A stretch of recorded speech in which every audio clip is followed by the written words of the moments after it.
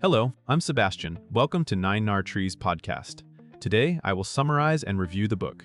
At Close Quarters, PT Boats in the United States Navy by Robert J. Bulkley is a focused history of the U.S. Navy patrol torpedo boat program and the small craft sailors who fought a big war from some of the smallest combatants. Centering on the fast, lightly built, and heavily armed PT boats of World War II, the book explores how these craft evolved from experimental concepts into a flexible tool for coastal defense, night attack, reconnaissance, and interdiction.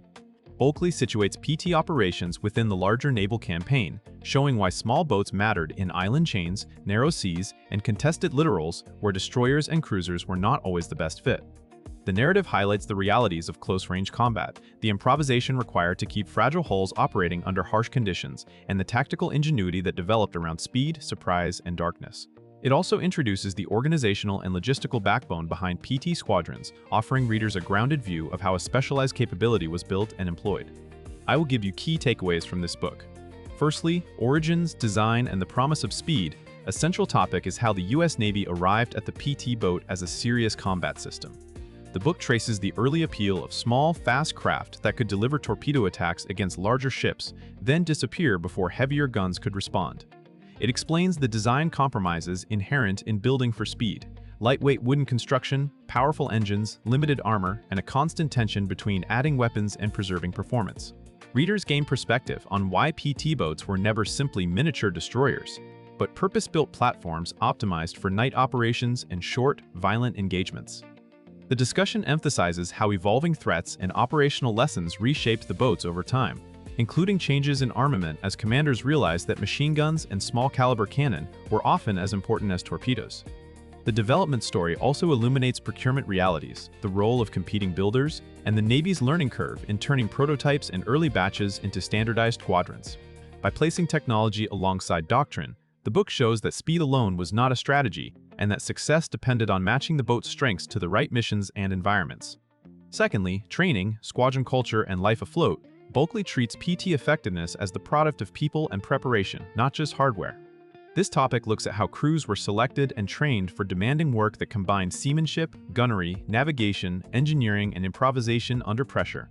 PT operations required exceptional coordination: the navigator's plot, the skipper's judgment, the torpedo man's timing, and the engineer's ability to keep high-strung engines alive in punishing tropical conditions. The book explores the distinctive squadron culture that emerged from this environment, where small crews depended on each other and where initiative often mattered as much as formal procedure. It also conveys the material reality of PT life: cramped spaces, maintenance burdens, shortages, the challenges of basing in forward areas, and the strain of repeated night sorties with little rest. Attention is given to support infrastructure such as tenders, spare parts, fuel, and local repair solutions that kept boats running despite fragility and battle damage. By highlighting routine alongside combat, the book helps readers understand why PT units could be both agile and vulnerable, and why their wartime reputation was rooted in sustained effort, not isolated heroics. Thirdly, tactics at night, ambush, reconnaissance, and interdiction. The book explains PT tactics as a practical response to the boat's advantages and limitations. Operating at close quarters meant fighting in darkness, using coastline, islands, and weather to mask approach. Bulkley outlines how ambush tactics worked, from quiet movement toward likely enemy routes to sudden bursts of speed for attack and withdrawal. He describes the role of scouting and reconnaissance, where PT boats observed harbors, reported movements, and helped shape larger operational decisions. Interdiction emerges as another core mission, disrupting barge traffic, small convoys, and resupply runs that were critical in littoral campaigns. The analysis shows how PT commanders balanced risk and reward, since closing distance increased accuracy but also exposed the boat to shore batteries, aircraft, and small-caliber fire. The book also considers coordination with other forces, such as aircraft, coastal watchers, and larger ships, demonstrating that PTs often served as connective tissue in joint and combined operations. Through this topic, readers see how doctrine evolved from early assumptions about torpedo attacks against capital ships to a broader, more realistic menu of missions that exploited PT mobility and local presence. Fourthly, combat realities, firepower, vulnerability, and adaptation. PT boats carried significant firepower for their size, but they were also highly exposed. Bulkley examines the hard physics of close-range engagements: wooden hulls that could be shredded, fuel that could ignite, and crews who fought in the open. This topic explains how armament changes reflected battlefield needs, including the growth of gun-centric loadouts for engaging small craft and shore positions. The book describes how crews adapted with field modifications and mission-specific configurations, illustrating wartime innovation from the deck plates up. It also highlights the problems that complicated torpedo warfare, such as reliability issues, challenging firing solutions at high speed, and the difficulty of distinguishing targets at night. The narrative emphasizes that PT successes were often incremental and hard-won, and that losses could come quickly from mines, groundings, air attack, or concentrated defensive fire. Damage control and recovery feature as part of the combat story, showing how crews tried to save boats and comrades under extreme conditions. By focusing on adaptation, the book argues that PT effectiveness grew not from a single technological breakthrough, but from continuous adjustment in tactics, weapons, and operating habits. Lastly, strategic value and historical legacy of the PT program, beyond individual actions. The book assesses what PT boats contributed to the wider naval war and why their impact can be misunderstood if measured only by tonnage sunk.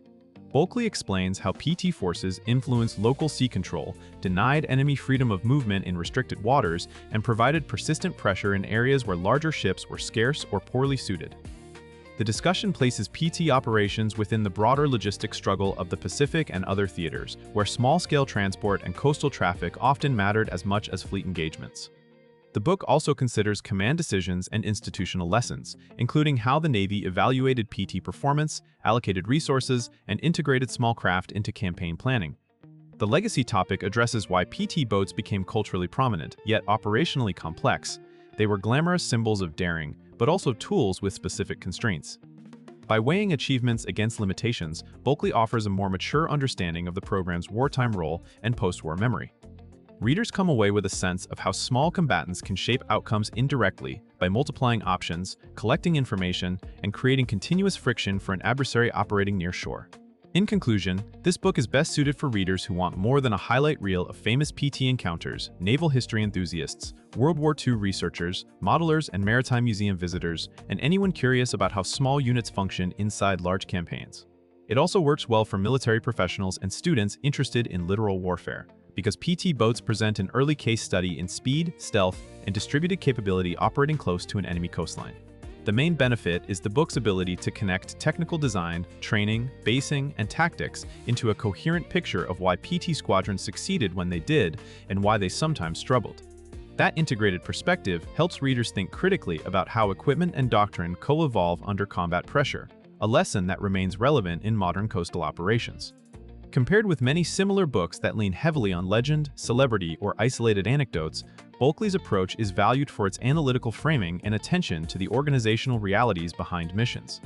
If you want a serious, operations-minded account that still conveys the human and mechanical demands of fighting at close range, this title is worth buying for the depth it brings to an often romanticized subject.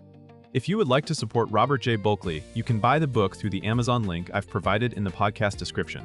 After reading the book, please let me know what you think and share your thoughts. See you around.